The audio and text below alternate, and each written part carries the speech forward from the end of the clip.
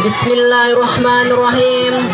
Assalamualaikum warahmatullahi wabarakatuh.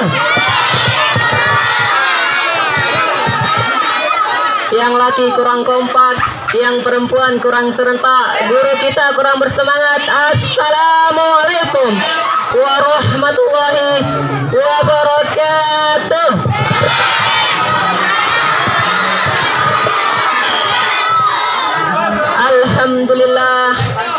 Alhamdulillah rabbil alamin, wa bihi nasta'in wa ala umurid dunya waddin, wa ala alihi wa sahbihi ajmain, amma ba'du. Yang saya hormati Bapak Kepala Madrasah dimanapun beliau berada, dan yang saya hormati Bapak Ibu Guru serta teman-temanku yang insya Allah dirahmati oleh Allah Subhanahu wa Ta'ala. Firstly, let us deliver our thanks to Ilahi Rabbi Azza wa Jalla.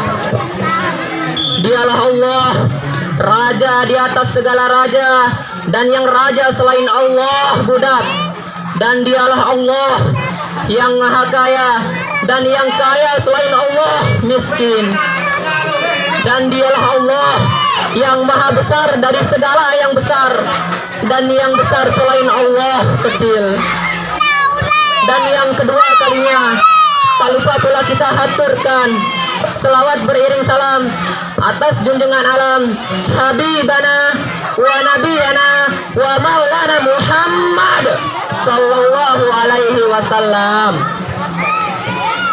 yang telah merintis umatnya dari zaman jahiliyah menuju zaman Islamiyah, dari zaman yang berliku-liku menuju zaman yang lurus, atau dengan kata lain, minal zulumati lan nur aw ila siratim mustaqim. Dan yang ketiga kalinya, berdirinya saya di sini untuk menyampaikan isi singkat dari sebuah pidato saya yang berjudul menghormati seorang ibu. Teman-temanku yang dimuliakan Allah Subhanahu wa Ta'ala, Rasulullah Shallallahu alaihi wasallam pernah mengajarkan begini cara sayang kepada ibu. Wahai kalian yang tak menghormati ibu, wahai kalian yang merendahkan ibu, wahai kalian yang menyepelekan ibu. Hari ini lihat, beliau tidak ada ceramah, beliau tidak ada tausiah, tapi langsung dibuat begini cara sayang kepada ibu. Di zaman sekarang ini banyak ibu yang awalnya bantu-bantu, lama-lama jadi pembantu. Dulu dia tidak terawih, kenapa? Karena kita menangis, merengek di rumah. Besok di hari tuanya dia tidak terawih juga, kenapa? Karena menjaga cucunya. Berapa banyak itu terjadi? Jangan sampai. Tapi kita yang berpikir, dulu berapa kali dia tidak jadi sholat duha karena kita kencing di kainnya. Berapa kali dia tidak jadi sholat tarawih karena kita menangis, merengek di rumah sampai subuh datang.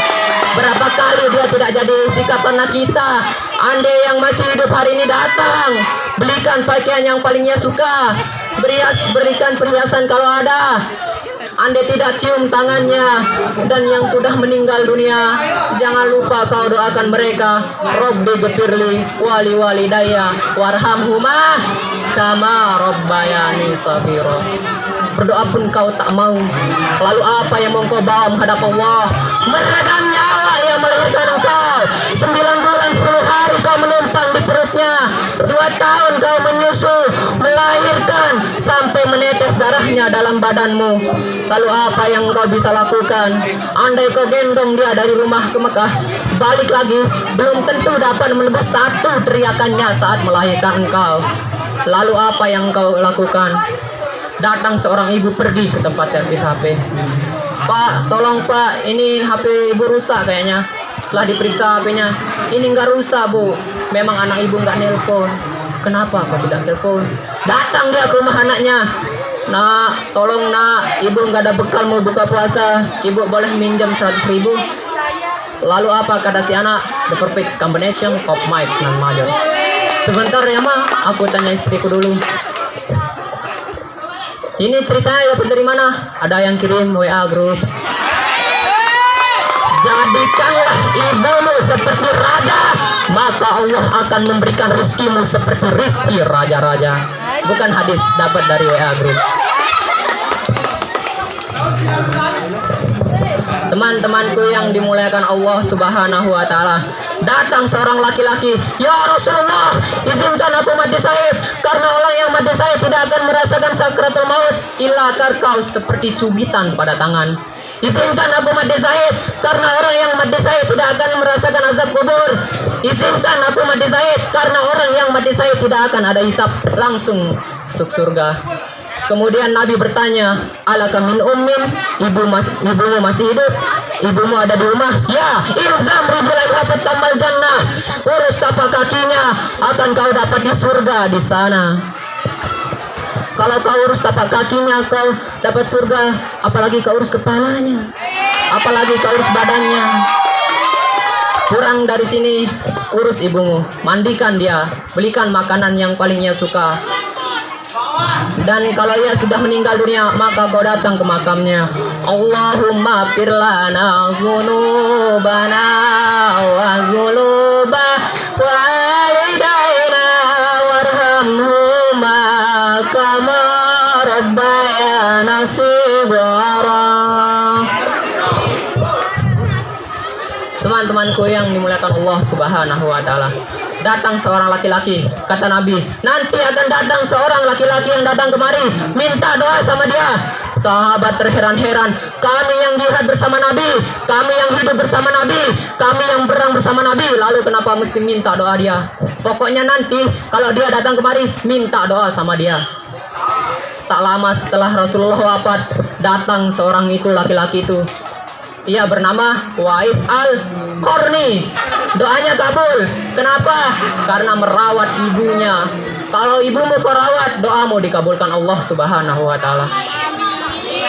Apa yang kita lihat hari ini adalah buah bakti dari seorang ibu.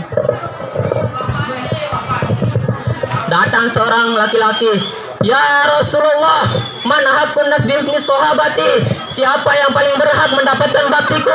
Ummuka. Siapa lagi? Ummuka. Siapa lagi? Ummuka. Ibumu. Summaman. Siapa lagi? Ubbuka. Para laki-laki, kalian para ustadz, para jenderal bintang 5, para alim ulama. Kenapa para laki-laki dapat 1 dan ibumu dapat 3?